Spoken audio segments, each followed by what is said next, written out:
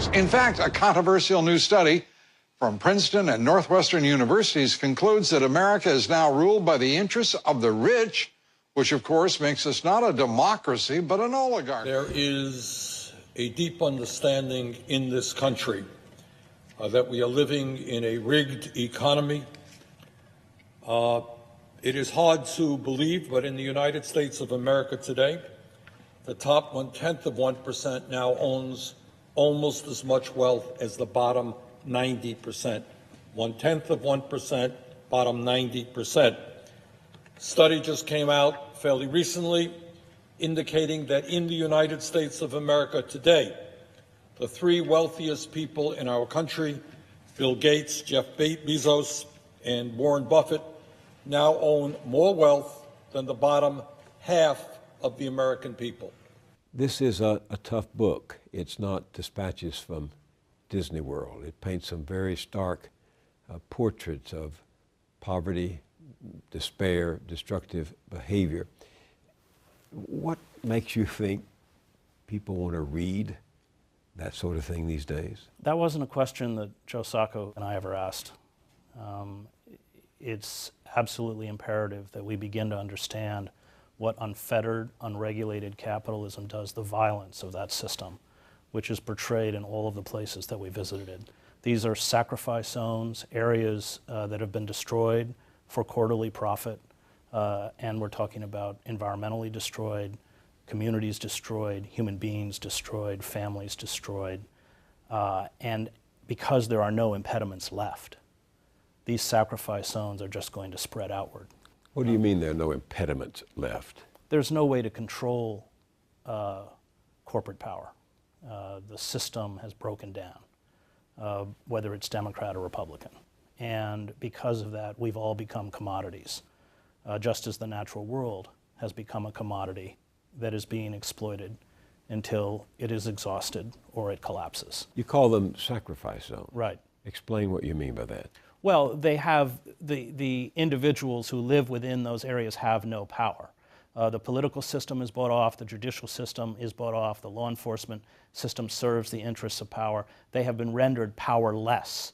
You see that in the coal fields of southern West Virginia. Now here, in terms of natural resources, is one of the richest areas of the United States, and yet these harbor the poorest pockets of community, the poorest communities in the United States, because those resources are extracted, and that money is not funneled back into the communities that that are sitting on top of or next to those resources. Not only that, but they're extracted in such a way that the communities themselves are destroyed,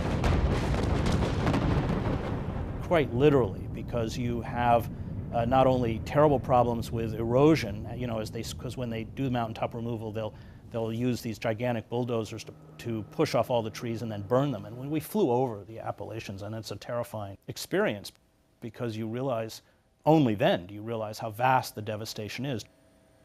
And these people are poisoned. The water is poisoned, it smells, the soil is poisoned,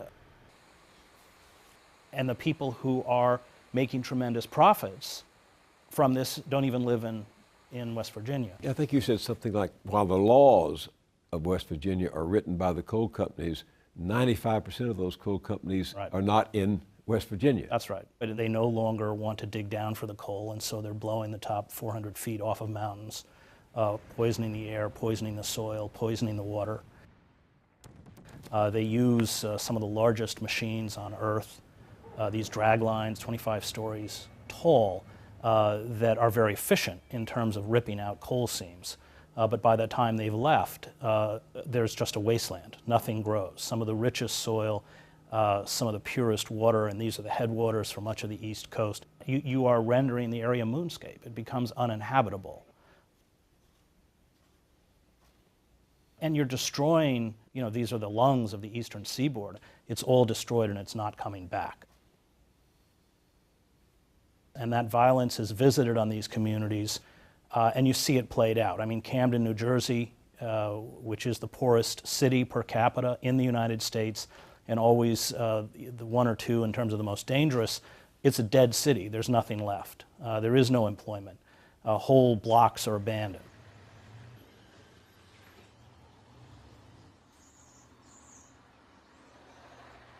You're talking third or fourth generation of people trapped in these internal colonies. They can't get out, they can't get credit. And what that does to your dignity, your self-esteem, your sense of self-worth.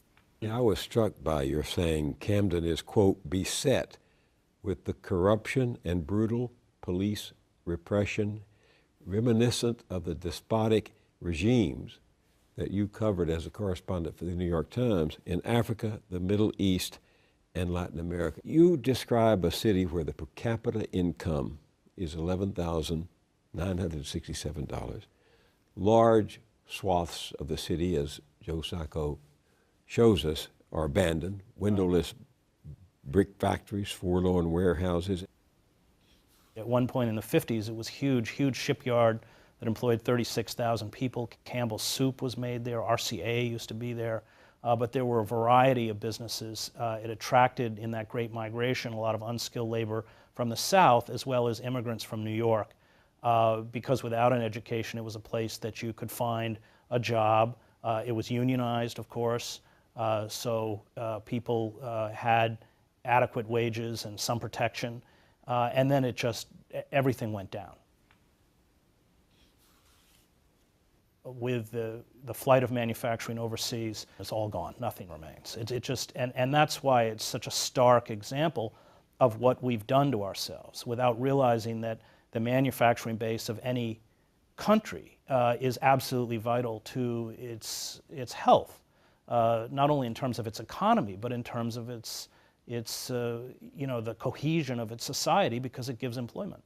Give me a thumbnail sketch of Pine Ridge, South Dakota, the Pine Ridge Reservation. Well, Pine Ridge is where it began, Western exploitation. And it was the railroad companies that did it. They wanted the land, they took the land, the government gave them the land, it either gave it to them or sold it to them very cheaply. They slaughtered the buffalo herds. They broke these people, forcing a people that had not been part of a wage economy to become part of a wage economy, upending the traditional values. And it really is about the maximization of profit. It really is about the commodification of everything, including human beings.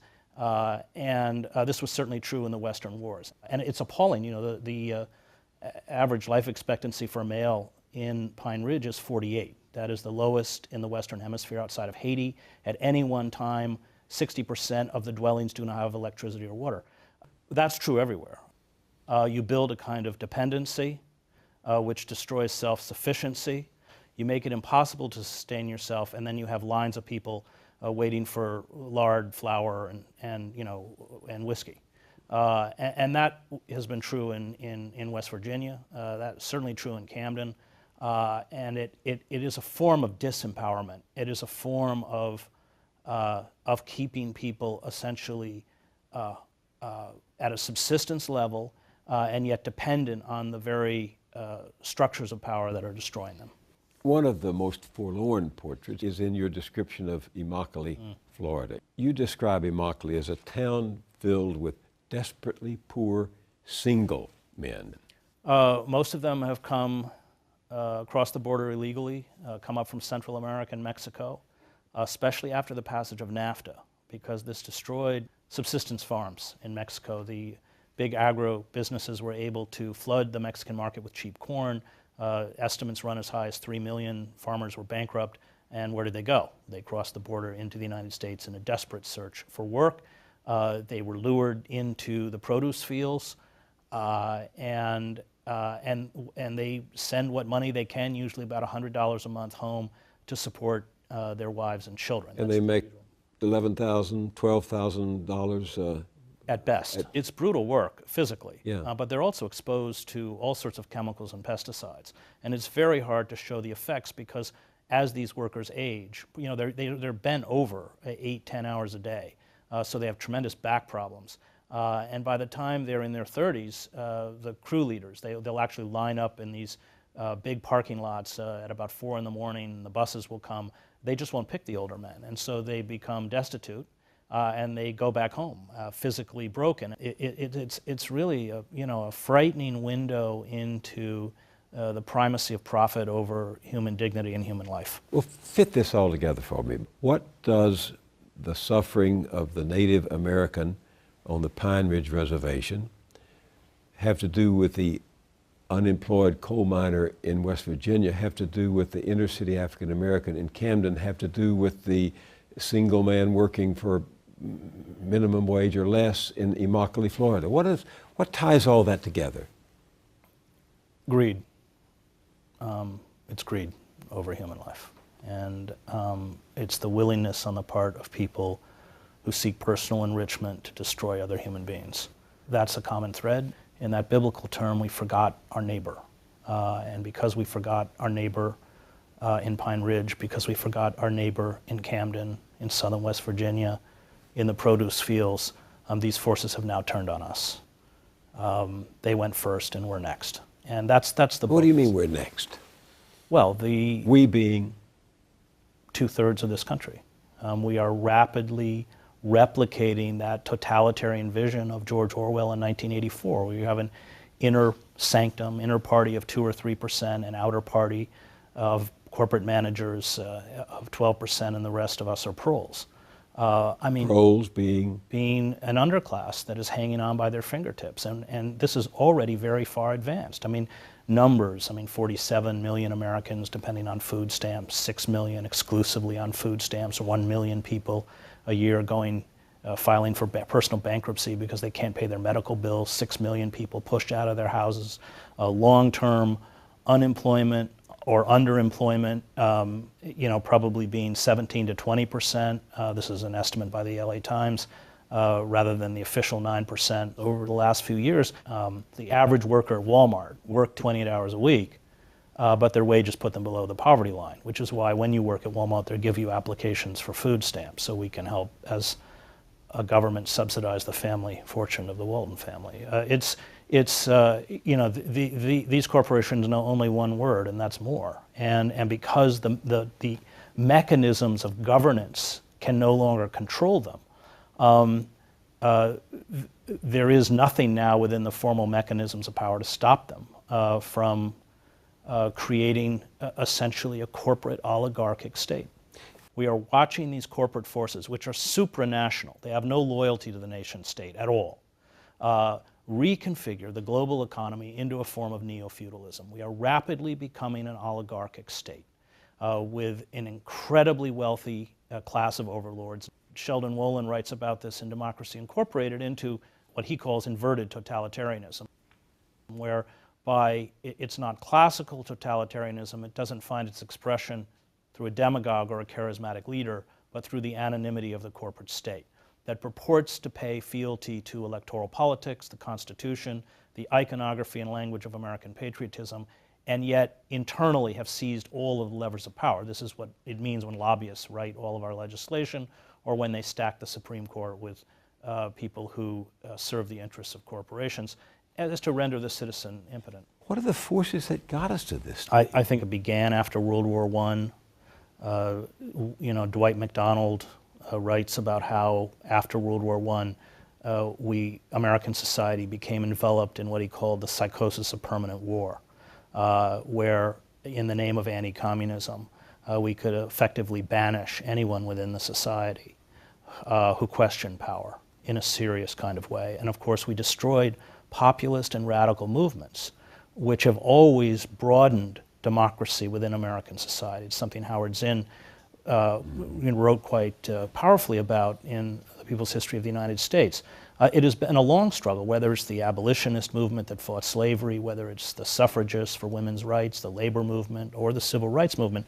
And these forces have the ability to essentially destroy those movements, including labor unions, which made the middle class possible in this country, and have rendered us powerless.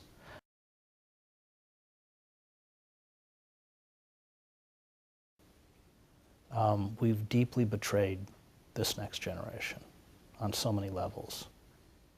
And I can't argue, finally, given the empirical facts in front of us, that hope is rational.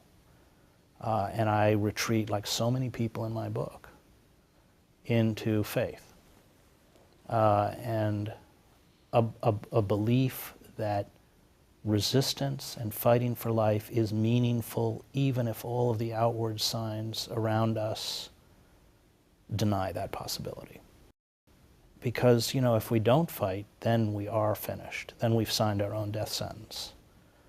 And Camus writes about this in The Rebel, that I think resistance becomes a kind of way of protecting our own worth as an individual, our own dignity, our own self-respect. And I think resistance does always leave open the possibility of change. And if we don't resist, then we've essentially extinguished that hope. Book is Days of Destruction, Days of Revolt. Chris Hedges and Joe Sacco. Thank you very much, Chris, for being with me. Thanks, Bill. This land is your land, and this land is my land, from the California to the New York Island, from the Redwood Forest to the Gulf Stream waters. This land was made for you and me. As I went a-walking that ribbon of highway, I saw above me that endless skyway, saw below me that golden valley. This land was made